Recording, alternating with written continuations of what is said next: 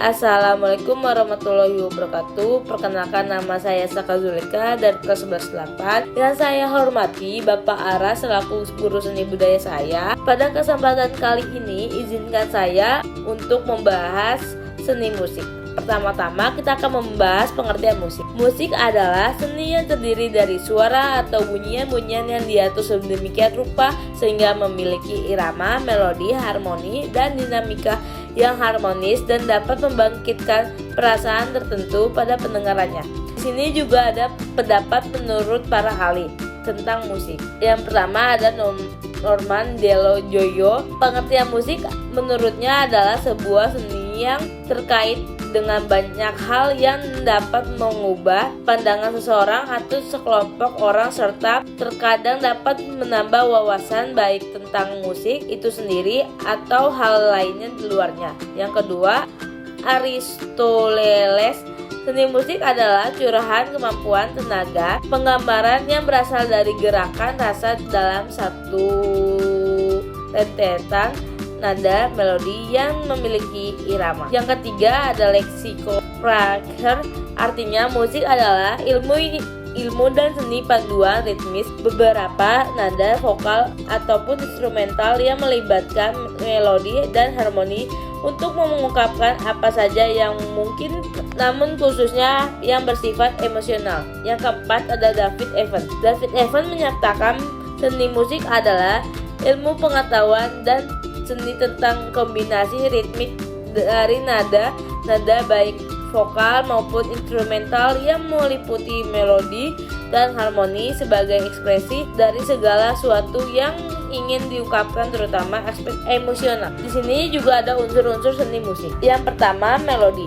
Melodi merupakan tinggi rendahnya nada, panjang pendeknya nada yang dapat di dalam musik. Melodi juga merupakan kesatuan frame yang sudah disusun dari nada dengan urutan interval serta tingginya yang sudah diatur. Yang kedua, ada ritme atau irama. Ritme atau irama adalah rangkaian gerakan beraturan yang menjadi unsur dasar dari musik. Ritme ini juga memiliki arti lain, yakni penggantian panjang pendek, tinggi rendah serta keras lembut nada atau bunyi dalam suatu kesatuan rangkaian musik. Yang ketiga ada birama.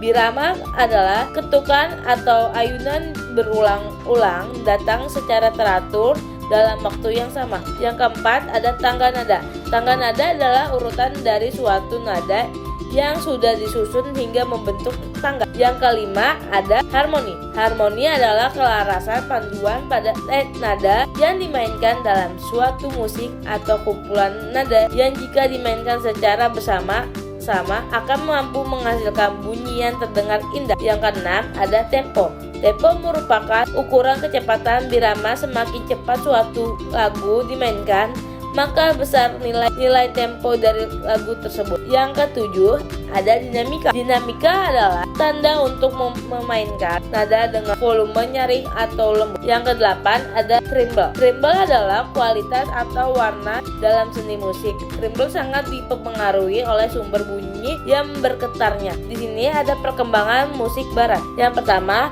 musik zaman abad pertengahan 500 sampai 1950. Abad pertengahan ini adalah zaman antara berakhirnya kerajaan Romawi 476 Masehi sampai dengan zaman reformasi agama Kristen oleh Martin Luther pada tahun 1572. Yang kedua ada musik zaman Renaissance, itu tahun 1450 sampai 1600. Masa Renaissance atau Renaissance adalah zaman yang setelah abad pertengahan. Renaissance artinya kelahiran kembali. Yang ketiga ada musik zaman barok 1600 sampai 1750. Istilah barok berasal dari bahasa Itali barocco yang artinya eksentris atau aneh. Yang keempat, musik zaman klasik pada tahun 1750 sampai 1820.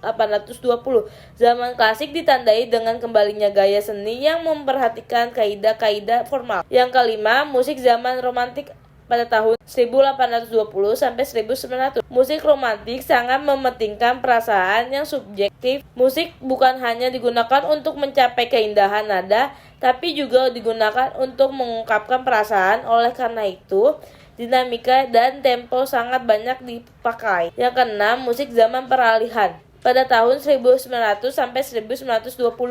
Musik zaman peralihan modern diawali dari munculnya aliran musik impresionis dan ekspresionisme dan eksperimental. Gaya ini berciri tidak teratur serta menekankan kesan yang kuat bagi para pendengar. Di sini juga ada perkembangan musik Timur atau Nusantara. 1. Masa sebelum masuknya pengaruh Hindu-Buddha. Pada masa ini, musik dipakai sebagai bagian kegiatan ritual masyarakat. Dalam beberapa kelompok, bunyian-bunyian yang dihasilkan oleh anggota badan dan atau alat tertentu yakni memiliki kekuatan magis. Instrumen atau alat musik yang digunakan umumnya berasal dari alam sekitarnya. Yang kedua, ada masa setelah masuknya pengaruh Hindu-Buddha. Pada masa ini berkembanglah musik-musik istana khususnya di Jawa. Saat itu musik tidak hanya dipakai sebagai bagian ritual saja, tetapi juga dalam kegiatan keistanaan sebagai sarana hiburan para tamu raja. Musik istana yang berkembang adalah musik gamelan. Musik gamelan terdiri dari 5 kelompok, yaitu kelompok balungan, kelompok bilbingan, kelompok pencot, kelompok kendang, dan kelompok pelengkap. Yang ketiga, masa setelah masuknya pengaruh Islam.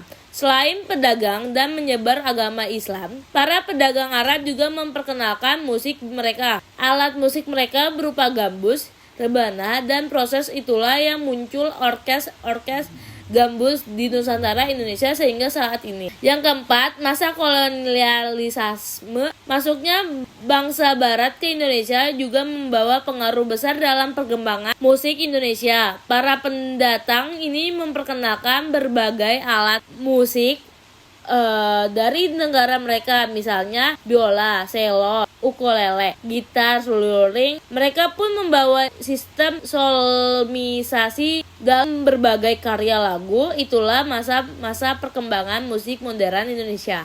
Saat itu, para musisi Indonesia menciptakan sajian musik yang merupakan perpaduan musik barat dan musik Indonesia. Sajian musik itu dikenal sebagai musik keroncong. Yang kelima, ada masa kini. Seiring dengan masuknya media elektronik ke Indonesia, masuk pula berbagai jenis musik barat seperti pop, jazz, blues, rock, and R&B. Demikian pula dengan musik-musik negara India yang banyak dibawa melalui film-film. Dari perkembangan ini terjadi perpaduan antara musik asing dengan musik Indonesia. Musik India mengalami perpaduan musik dengan musik Melayu sehingga menghasilkan jenis musik dangdut. Maka muncul pula berbagai musisi Indonesia yang beraliran pop, jazz, blues, rock, and R&B. Berkembang pula jenis musik yang memadukan unsur kedaerahan Indonesia dengan unsur musik barat, terutama alat-alat musik. Jenis musik ini sering disebut musik etnis. Di sini juga ada jenis-jenis alat musik berdasarkan sumber bunyi. Yang pertama, ideofon. Ideofon adalah jenis musik yang menghasilkan suara melalui getaran dari tubuh itu sendiri. Suara dihasilkan ketika tersebut dipukul, diketok, digesek, dan badan alat musik ideofon berfungsi sebagai resonator yang memperkuat suara. Contohnya kolintang. Gambarnya ada di PowerPoint. Yang kedua ada membranofon. Membranofon adalah alat musik yang menggunakan membran atau kulit yang direntangkan sebagai sumber bunyi. Bunyi dihasilkan saat membran dipukul, ditabuh, dan digetok. Contohnya gendang. Gambarnya seperti yang digambar PPT yang saya buat. Yang ketiga ada kordofon. Kordofon adalah jenis alat musik yang menghasilkan suara melalui getaran senar yang ditekan atau digesek. Istilah kordofon berasal dari kata Latin corda yang berarti senar dan fon itu yang artinya suara. Bunyi pada musik kordofon dihasilkan ketika senar-senar tersebut bergetar dan menghasilkan getaran suara. Contohnya piano. Yang gambarnya seperti yang di PPT saya sudah buat. Yang keempat ada aerofon. Aerofon adalah musik ini menghasilkan bunyi melalui getaran kolom udara. Di dalamnya ditiup dan menghasilkan suara.